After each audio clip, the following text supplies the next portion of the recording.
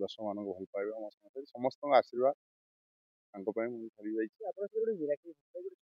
निश्चय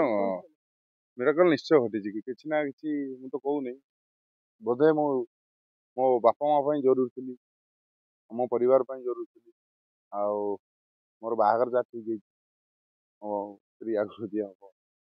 तापाई मुझे जरूरी थी दरकार निश्चय बचापी हक थी से डिक्लेयर हो विश्वास करेंगे फोर्थ स्टेज अल्प दिन बची खाली ये अल्प दिन बची लास्ट नहीं जाओ मिराकल भगवान आशीर्वाद समस्त आशीर्वाद बहुत कांदी लुचि कांदी देखे क्या कारण मो पाखे जी सी भी कांदी लुचेक लुचे कांदी जेहेतु कारण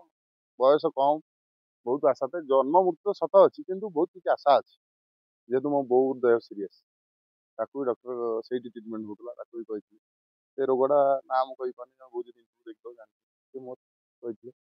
ता टेनसन मुझे मो बोर देखा मुझे देखा एमती चिंता मन पसला यदि बो को न मत नहीं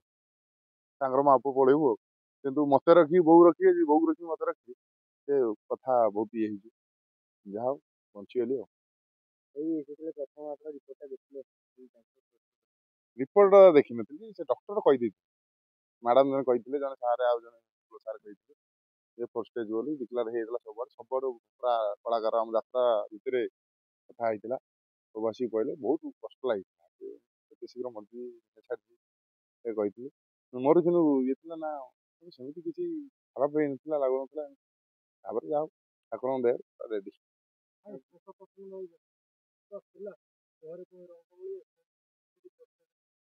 ना मिरर आगे ढड़ा मेडिकल मिरर आगे ढड़ा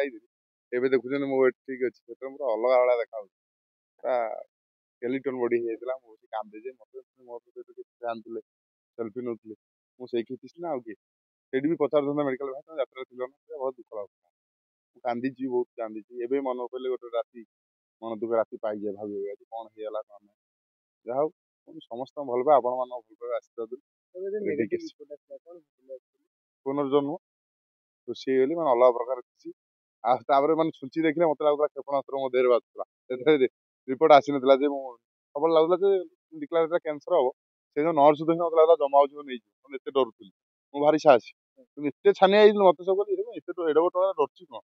कि जो जानी मोर किसी ना मोर ऑपरेशन है मुझे बिना आनेस्थेसिया मत ऑपरेशन काट रेडी हाँ तथा 80% सुस्थ है आउ 3 मास मेडिसिन खाए कहबनी मुझे देहर जत्न नौ आग भाया खाया पीवा जत्न नौ या क्या एमती न हो कष्ट मुझे कष्ट भोगिक आस बहुत कष्ट भोगी आज तो काल आरंभ हो जो दिन यात्रा स्टेज दर्शक मान बस डायलग कही से दिन बहुत खुशी